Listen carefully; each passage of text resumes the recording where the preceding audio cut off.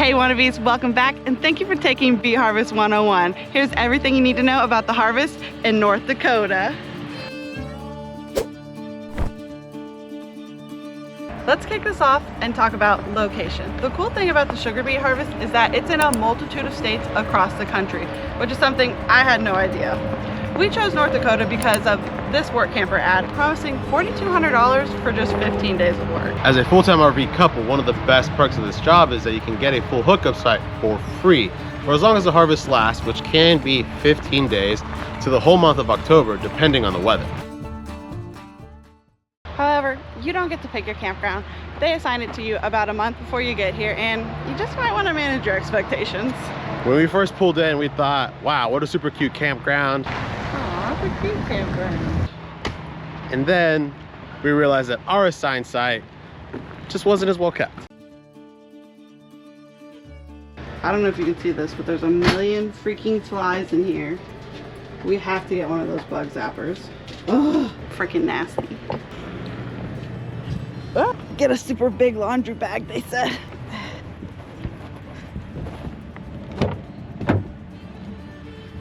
Perfect. Alrighty, let's go run some errands because honestly, I don't think either of us thought we'd have the ability to do these kinds of things. They really made it sound like we were gonna be in the middle of nowhere, and thank God we're not, because there's a Starbucks, a Target, and even a Walmart. Let's go get me a coffee. Also, look how big these Tide Pods are. It's a 2-in-1 with Downy, and it's 2 Tide Pods in one. Love it. To prove just how close we are to town and our coffee shop, I'm gonna go ahead and time how long it takes for us to get there.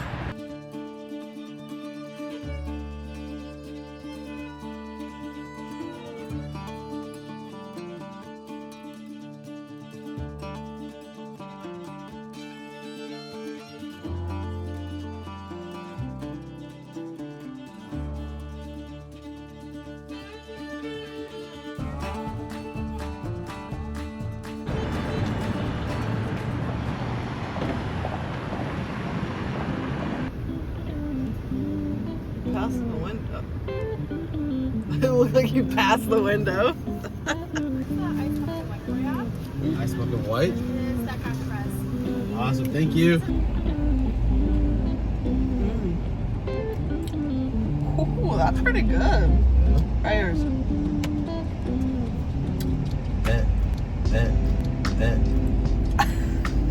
Are you sure? Wait, let me swap that.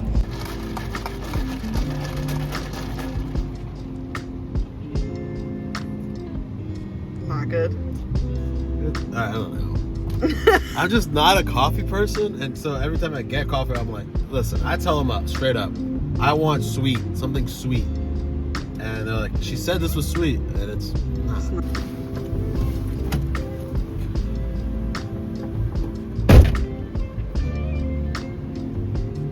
It's funny because he tries to order different things, knowing dang well what he likes, but here we are every time. Gave me another one for free.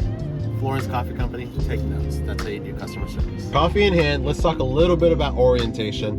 When you first get here, you're gonna make your way to the express office. This is really formal, and you're really only filling out your I-9 and W-4 again. For whatever reason, they need it on paper. Yeah. And then they're gonna show you this like really laid back safety video. You're gonna take a test, 10 questions. The guy goes over the answers with you and allows you to correct them before you turn it in. And before you leave here, they're gonna give you all the information of where your piling site is and things like that. For us, they actually gave us the wrong site first, but they caught it in time before we even left, so. Yeah. And they were supposed to tell us like if we were gonna be AM or PM shift, but we didn't get that day either. That came a few days later. Right. Just because they were trying to wrap up everybody's orientation and everything like that. And also, they told us to come in our work clothes, and I really thought they were bluffing, but right after the express orientation, we had a hands-on training at East Grand Forks piling site, which we'll get to later. Yeah. Time to get some laundry done before the harvest starts.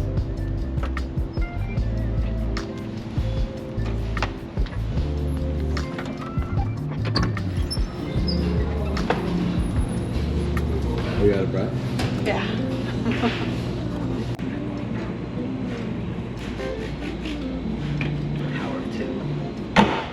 waiting for our laundry to be done. Let's go over some of the things that we learned at the piling site, which is honestly a lot, so get out your notebooks. On arrival to the site, you're going to get your 6 pieces of safety gear. Talking hard hat, safety glasses, earplugs, vest, gloves, and most importantly, your lock or your lockout tagout procedure.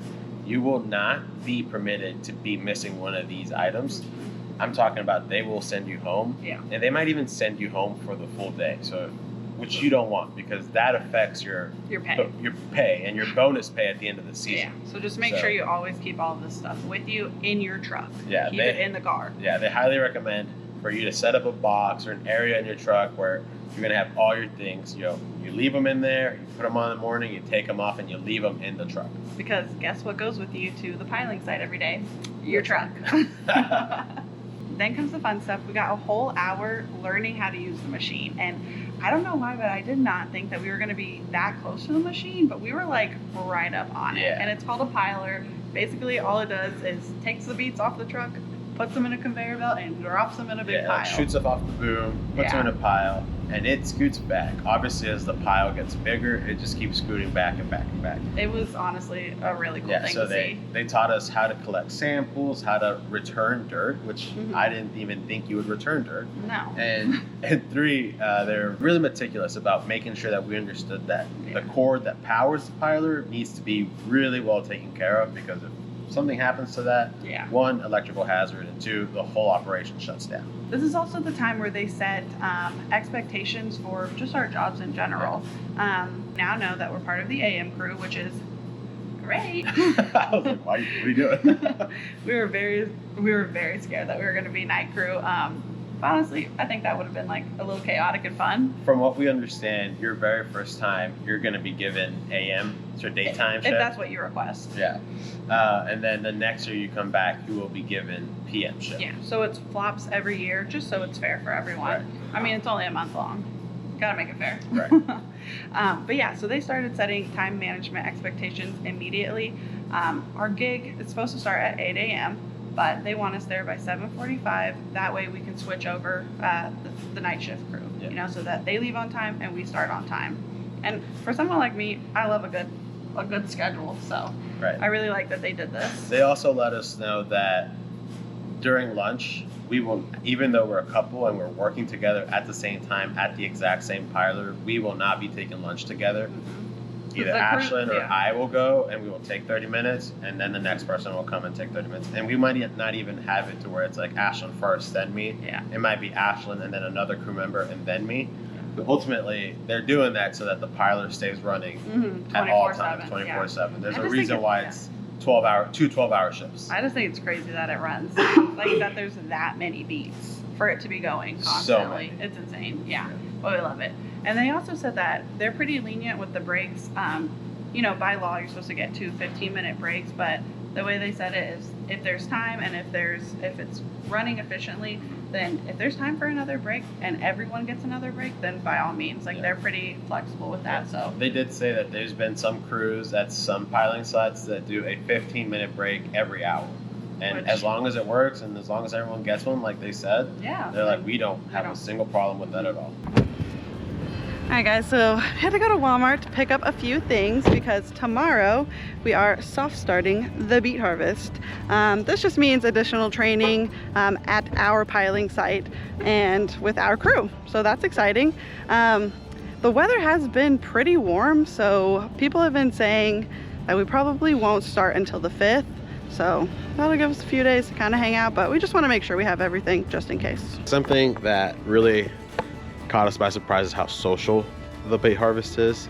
They even have a beet harvest party. We actually missed it because we were told we have something called hay fever. It's when your body system overreacts to a lot of allergens in the air. So we're currently looking for some Sudafed.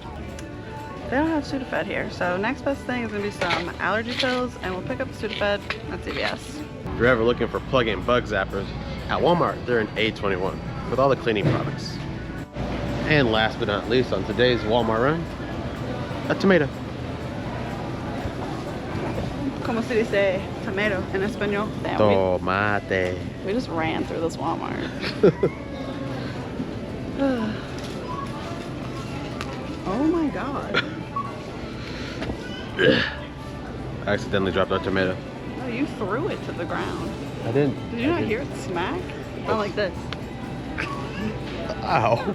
My car door opener. I mean, my home door opener. Who's here? Look who's waiting for us. Mr. Carter! Mr. Carter! So cute. Oh, she's big. Oh, she's big. Yeah.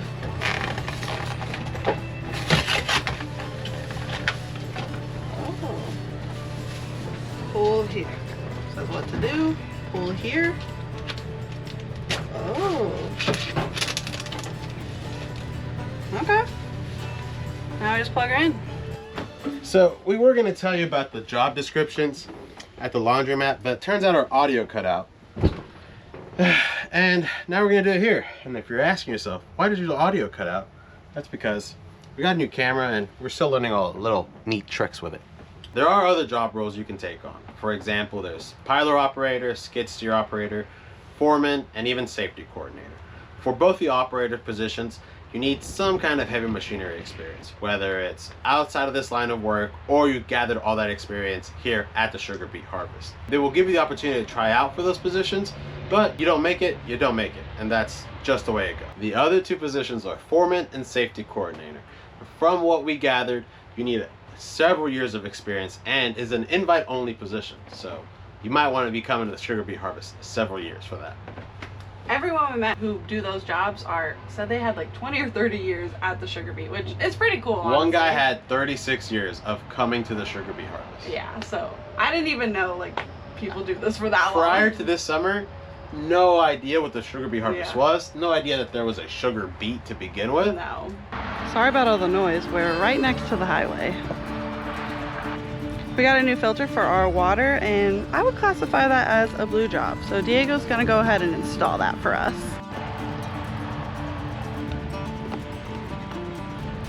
Pretty easy install. It could honestly be a pink job, but we're not gonna tell him that. Drum roll, baby. Well, let's finally talk about pay.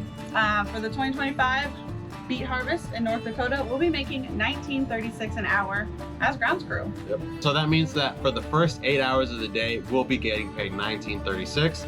The last 4 hours of the day, we'll get time and a half. And then if weather permits and scheduling permits, Saturdays will be paid out at time and a half for the entire day. And Sundays will be paid out at double time for the entire day. And the great thing about North Dakota, and something that I learned through our research that other states don't do, is stay pay. Yeah. So meaning if the weather is just terrible, if it's too good or too bad, and they tell us to stay home, then we'll get 4 hours of our base rate, which equals $77.44 to stay home and do absolutely nothing. Now, each baby. Oh. Now, we already know that we're getting 4 days of stay pay starting the 1st, because the season would have started on the 1st, but it's pretty warm here in North Dakota. So come the 5th is when we will go to work. However, if we do not show up on the 5th for work, we do not get that stay pay.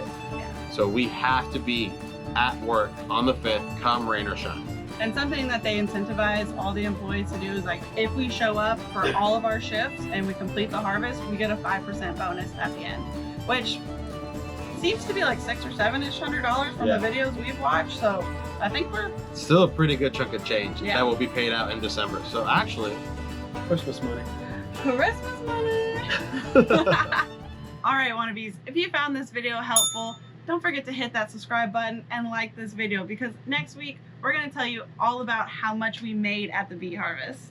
That's right. Right now, we haven't worked a single shift. We have honestly no experience in what we're doing. Talk about imposter syndrome, but we want to share with you everything. So stay tuned for next week's video. Later, wannabes.